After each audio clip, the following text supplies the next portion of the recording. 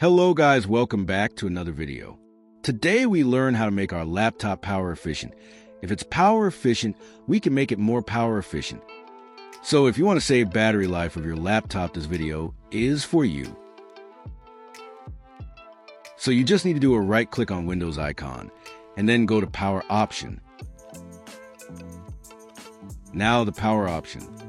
Once you click on that, you find power and battery now. Here, you don't have to make any changes, you just need to go with the energy recommendation. You have to apply all the check mark. So just by applying only these things, trust me, the battery power of the time will be enhanced.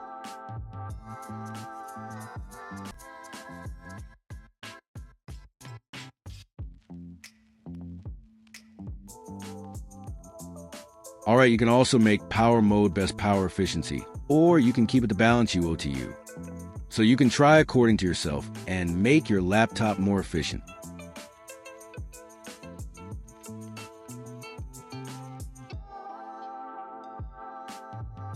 So if you this video short and helpful, please hit like and subscribe. See you in the next video. Goodbye.